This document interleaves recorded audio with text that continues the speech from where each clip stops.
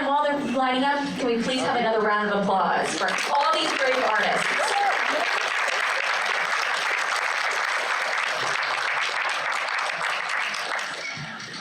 Okay, we're gonna start with an easy one. Please introduce yourself and the work that you represent.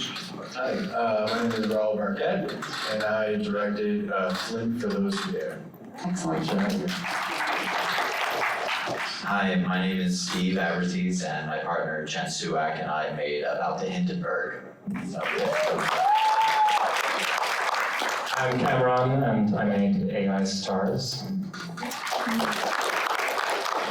My name is Martin, and I'm from Argentina. I'm in Tenebres. I acted and edited. It's okay? Thank you. I'm Laurence Arcadias, and I did the first movie with Audrey Eclipse, with Audrey. And I'm Robin Hood, and I did the Eclipse with I'm Bruce Lazarus. I composed the music for They Came in Peace. My name is Robert Martins, and I did the animation for They Came in Peace, and Bruce and I wrote the story together.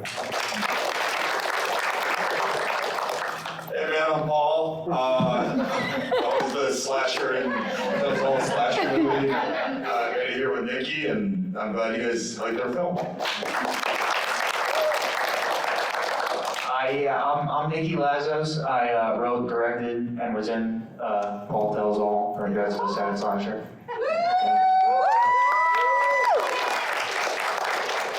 Hi, I'm Matthew Jarzina. I wrote, directed, and edited The Tradition.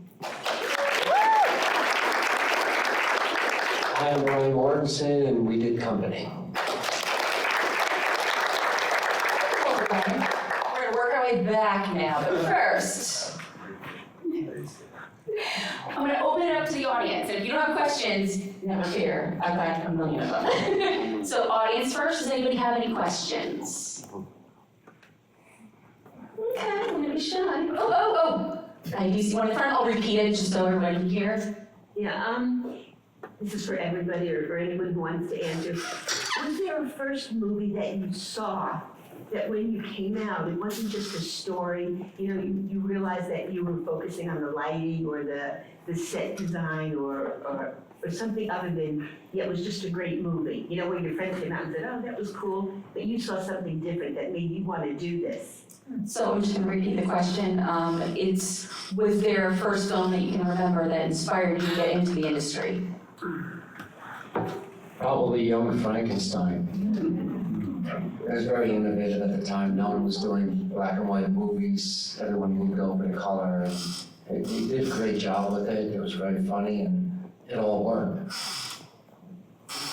I think for me, Damien Chazelle's Whiplash was a really big turning point for me. I saw that movie and I saw J.K. Simmons and the performances. I thought the performances were spectacular, but I think what really drew me to directing from watching that was just because the story was so personal. I mean, Damien Chazelle had his own experiences in jazz school, and he wrote this movie about that. And I just thought that was really cool that he was able to capture that so well. It made me want to capture moments of my own life. There's this movie called Creep by Mark Duplass, and it's very homemade, to put it simply. And that's inspiring to me because I think that the art should be accessible, and I think that everything, most of the things that he does are very inspiring, but that in particular was like, it made me look at it and be like, hey, maybe I have a platform, I have a means to do it. For me, I really like the movie Rocky. I just thought it was a cool story, learn about how Stallone wrote it and did everything himself, opposed to waiting for someone in the industry to decide your fate for you, taking charge to just do what you love and finding a way. So, plus it's an awesome movie, man. Well, when I was a kid, there was this thing called the Kodak Student Film Awards. This is back in the 1960s. And the winners were shown on Channel 13. So I'm watching films made by students, high school students on Channel 13 on my television set. And I look at this, made with 16mm film cameras, or is that Super 8, whatever. And I said, I could do this. And so 50 years later, I did. Well, I write music, I'm not primarily a filmmaker, but I remember one of my very first experiences with soundtrack on television. I was probably about 10 years old, and my older sister was watching something in the other room. I knew of this TV program called Lost in Space, which I knew nothing about, but the music seemed really, really interesting, and I was a young musician, so I ran into her room. And I really liked the soundtracks for TV shows back then, like Lost in Space and Time Tunnel. And it turned out that they were both written by a very young Johnny Williams, who went on to a very distinguished career as John Williams after that. So I have to say that John Williams was one of my biggest early inspirations. So I'm actually really an astrophysicist, not a filmmaker. I was inspired by the TV coverage of the Apollo 11 moon landings and also Doctor Who. Sorry, I didn't think about which movie I would. I mean, there's so many movies that I like, so I gotta pick one movie. So. Well, for me, it's anything from Spielberg. In this particular case, came to my mind, Jaws, because I was a kid and I didn't understand why I was so afraid, and I'm not seeing anything. Where's the jaw? Where's the? And I didn't understand, and I'm still looking the way to get that feeling, in the audience. I would say my answer to that changes every week. I just really love movies, and right now, the last great movie that I saw is usually where I get motivation, and right now I'm really having a Michael Mann summer. So I would throw Heat out there. Going along with what he said, I think it would be Jurassic Park. It's one of the earliest movies you would see when you were younger. It's like it makes an impression on you. Can't speak for you, Jen, but probably Jaws, like just big theater. Thanks for coming to the theater to watch movies. It's really cool. You might be able to tell from my film that I have a background in visual arts. And as much as painting and drawing and whatnot holds a special place in my heart, I don't think it has as much of a capability to move someone to laugh or make their heart race or to cry as much as film does. So, the first opportunity I had to kind of merge those, I did it very quickly. Any other audience questions before we proceed to mine? It's a little quiet. All of your work was wonderful. If you can remember, what was the first spark of inspiration for each one of your pieces? And if you could just state again the title to remind the audience what the context of the film is. So I directed Flint for Those Who Dare.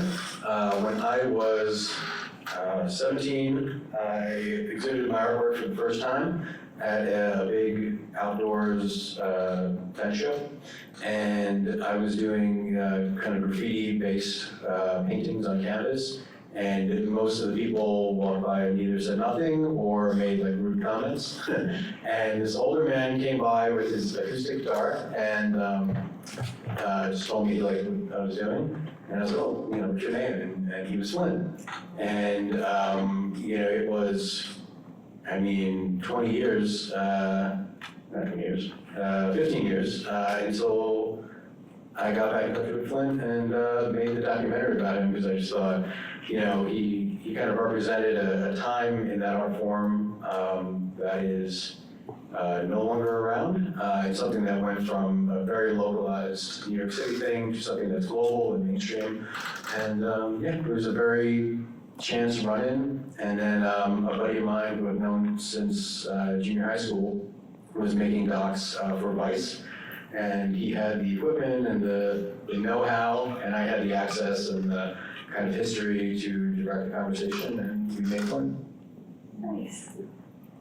So about the Hindenburg, there's really, Jen and I have been interviewing people making documentaries for a long time, and we live in Tom's River, which if you know Tom's River, there's really nothing going on except, well, the Hindenburg happened in Lakehurst, which was next to Tom's River, so, and a Little League World Series and stuff, or whatever. But really important, we have been interviewing people for a long time. You saw John Iannicone's was from 1994, so for a long time. And as we've interviewed people who made films about locals, if they were of a certain age and had lived in Tom's River, it would usually be Jen who would ask, so did you witness the Hindenburg disaster? And yes, actually a lot of people who had just never left Tom's River kind of all had a story or someone who knew, and it was the thing to do. It was entertainment and fun to go see the thing land.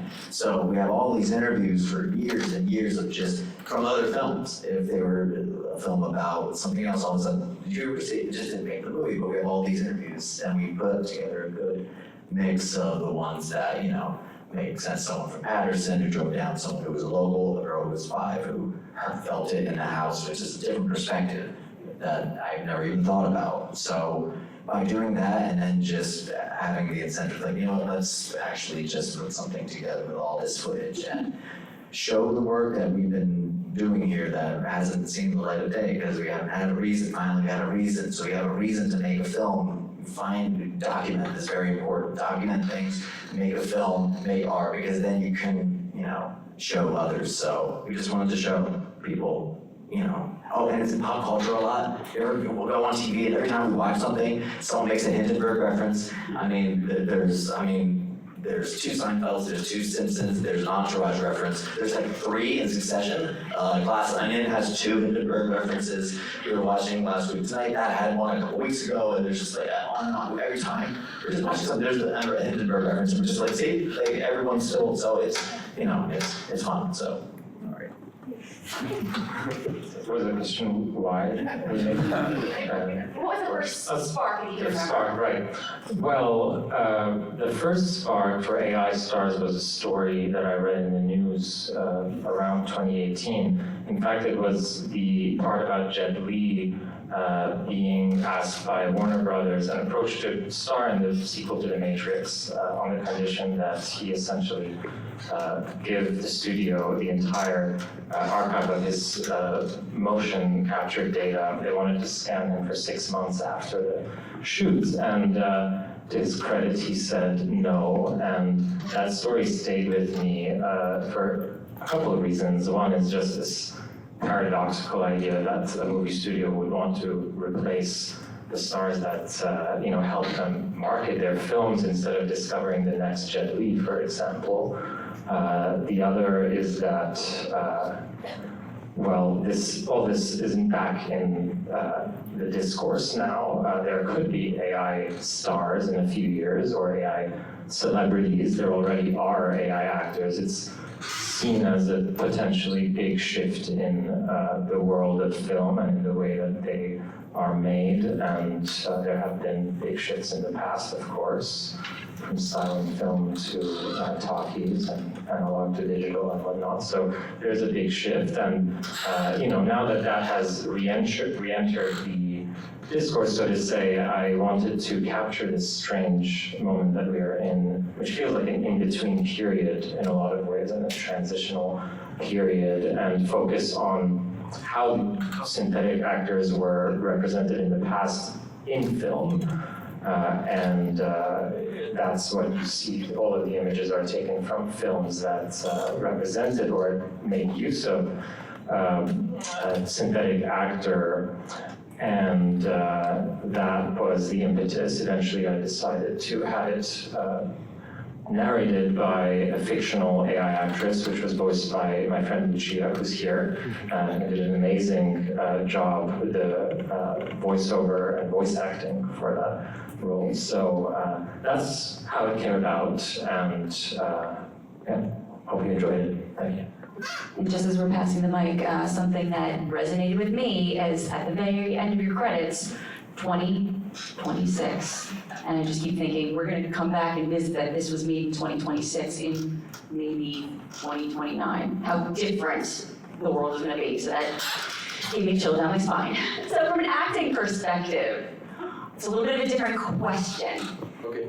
What was the first scene that you had to shoot? And please pronounce the title for me so I don't butcher it. Yeah, the title is Tenebrios. I think it's a Latin word that is the scientific name for the worms. First of all, I'm sorry for all of the worms you watched today. By the way, they are all real. I really liked they were made by AI, but no, they were real. So that was hard. But from acting perspective, the first shot was the first shot you saw me in the shower. And that was really difficult, not because of the nudity. I'm used to that. I'm a theater actor for 15 years, no problem with that. But it was really freezing in Buenos Aires. Really freezing in Buenos Aires, and difficult was the camera guy. We love camera guys, we need camera guys, but he was like, there's too much fog. We can open the window. No, I'm freezing. With you, please. Use a cloth, something, I don't know. But then, the really difficult was we made all the film in 72 hours. Yeah, I think we talk about that later, but was made in 72 hours, and those 72 hours, including the script. You know, the writing of the script. So the actors, the wonder actress Nati that works with me in the Tenebrios, we didn't knew what we are going to shoot like 5-10 minutes before the shooting. It's like the director came with us and okay, the scene is this and this is going to happen. Okay, let's do it. And that was maybe 48 hours, and then editing. I made myself, so I didn't sleep too much in that weekend. I think we all know that feeling. And get a little bit of a different perspective because you said you're not traditional directors. Well, she is. Oh, you are? Yeah, I am. Okay. It's animation, but It still counts. It's work you're putting together. But what was the first spark when you were like, ooh, this could be a really interesting film to put together? it's because first it's a workshop that we teach a class together. So an astronomical class, we teach astronomy and teach animation. So at one point we decided to make workshops to encourage people to understand astronomy better. And we came up with this idea and we thought, oh, we have to test it with astronomers to be sure it's working. And there was this big eclipse, and there was a good fear about the eclipse in 2024. So we, so in the conference we invited astronomers to come to our workshop. And we were, and I was really impressed, I don't know about you, but how they loved to go and to make all the stories and to make jokes about, what the doing. So it was just so pleasant to do such a beautiful experience.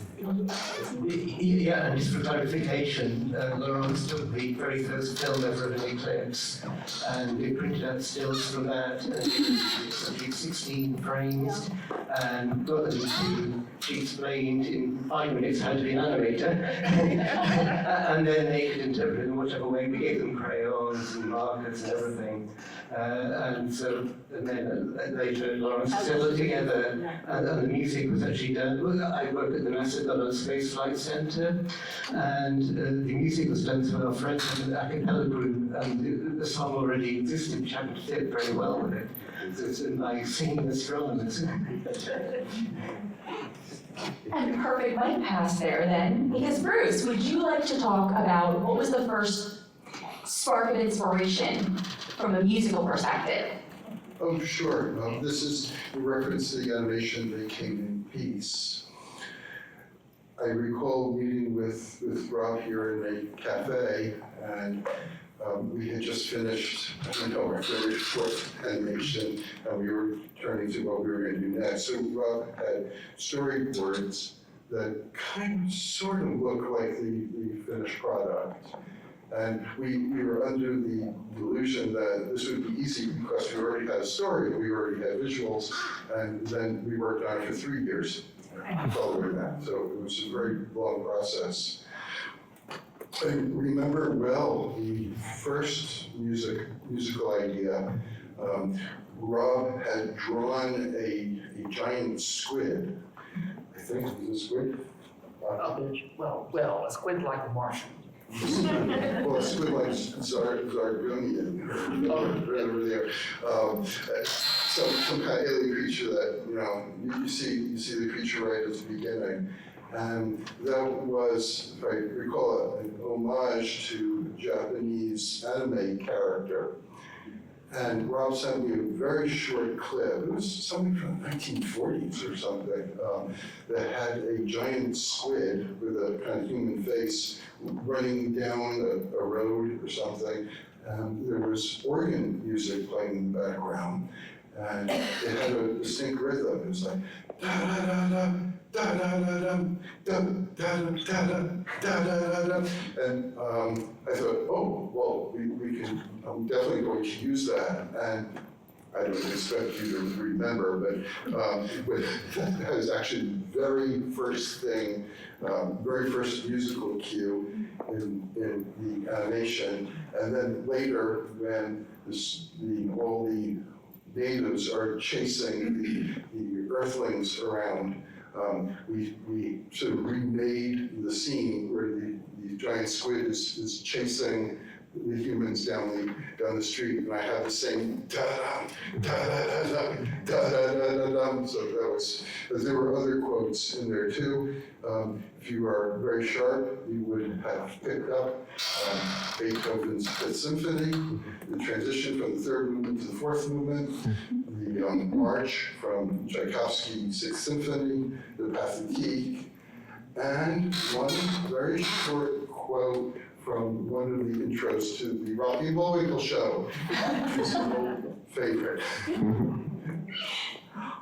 Okay, you did pretty good. Okay, let me just clarify about my own origin story. So, what inspired me to draw a squid-like creature was an anime show that played on syndicated television in the 1960s, and it was translated into English as the Eighth Man.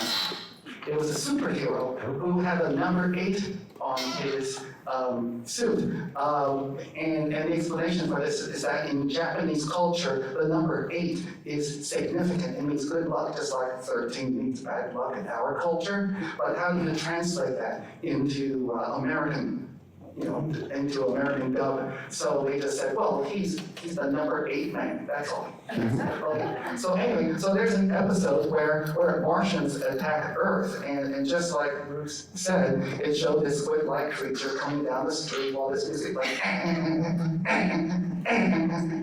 How's that? You did. Okay, I did it better, yeah.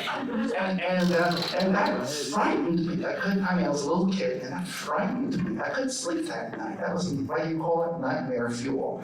So many years later, I thought I would pay homage to that. But as the story evolved, that menacing Martian turned into this cute little guy with a telescope. But in the end, he was still very big, as you could see. And once we got that figured out, well, we just evolved it from there. Thank you. So I think I was trying to make like smaller ideas, like sort of like content, little funny skit videos, and I was watching horror movies, and I was thinking like, let me see how I can make something horror-based but make it funny, and I was like, I don't know, watching movies, taking notes, and I realized like, the people getting murdered all the time in these slasher movies, like, they're always really scared, right? And they don't want to die, right? What if somebody didn't care? What if they wanted to die? And then I started to think like, well, how would the slasher respond to that? And then that opened up the idea that like, okay, maybe this isn't just a little clip. Originally it was gonna be just like, when the victim is ready to go or whatever, like, but then I realized it could be a deeper thing. Now the slasher is going on a journey to realize this sort of pseudo morality that he has, because it's like he wants to be seen a certain way, but at the same time he still wants to murder people. So yeah, and then that set me down that path. And then I met Paul doing a stand-up comedy class, and he's one of those dudes where before you talk to him, you know, he's kind of got like a biker sort of look to him, and then he opens his mouth and he's just the most mellow, like chill guy, and then that just gave me the idea. I was like, he's perfect for this. I don't know how I tell him like I wanted to be a serial killer, but yeah. Well, I mean, you pretty much just said, hey, Paul, I'm making a serial killer movie. And you're like the first guy I thought of to play it. And I was like, thank you. And then I thought I got to update my dating profile if that's the vibe I'm putting out. So, yeah, that's kind of it for me. Pretty much you covered it. Yeah, I did the tradition, and I think at the time I was watching the show The Strain, which is written by Guillermo del Toro. I think he even directed some of the episodes. I love Guillermo del Toro, so I was really into this show. But there was this one sequence where there was this like lifeless zombie little girl, standing by the window, just looking out the window, and her dad is sitting on the couch behind her, like sipping a glass of alcohol and like looking at her with this really sad look. And I really liked, I mean, not that I liked the way that made me feel, but that felt so deep. I was like, I wanted to not replicate it. I feel like I wanted to create something with that level of sentimentality with no dialogue. That you could just look at the people in the room and kind of know what was happening. But I wanted to do it with my own younger perspective. Obviously, I'm not a father, so I did it from the perspective of a boyfriend and girlfriend relationship, and I took that and ran with it. First, thank you for doing this. These films are wonderful, and these people are all brilliant, and it's really an honor to be included with them. So thank you very much for doing this. It's a great quality festival, and you're very kind, and people who run this festival are very kind, so thank you. We had the script, I did Company, the public movie, and we had the script around for a while. I met Georgette, who was very talented, and I figured could pull it off, but the thing that really was the catalyst was Larry. Is Larry here? There he is. Larry's gonna be here. I'm sorry I didn't invite you down, Larry. My fault. So it's really tough to sell a puppet movie to everyone. And the more, when we first got Larry, everyone adored him, so that was a very good sign. And the more we worked with him, the better it was. We thought we'd have to use CGI or green screen, but Georgette interacting with Larry. So when we got Larry, the day I got Larry in the box, my wife could have said, is this what you're spending your money on? But instead she looked at Larry and she said, he's adorable. And right then and there, that's when we knew. Excellent. Well, I cannot believe we are at time. So, yeah, I know. I do believe that some of the artists are going to go to the Alchemist and Barrister, which is a couple blocks from here. We do have point people. Glenn, can you raise your hand? Mr. Stada back there will take the artists to the Alchemist and Barrister. We're going to have a second group, I think, break away, because we have to clean out the space to be respectful of the theater. So if you missed the first go around with Glenn, look for me, because I'm going to be going there as well. But I just want to take a couple minutes, thank the audience for coming out and supporting the artists. I'm sure a lot of your family and friends, we count on you. It's tough being in our sphere. We know we ask a lot from you. So again, really appreciate your support. You make our lives pleasant, and you give us courage to keep on continuing on making art. I want to thank the Princeton Garden Theater, which is always an amazing partner. If you live locally, this is a non-for-profit theater, so on your way out, you might want to grab a brochure, just take a look. They believe in not just entertainment, but education from a film perspective. So I highly encourage you to explore that, and like I said, if you're local, you might want to join them and become a member. And I think we're at time, so once again, thank you everybody. Until next year, keep looking for light in the dark.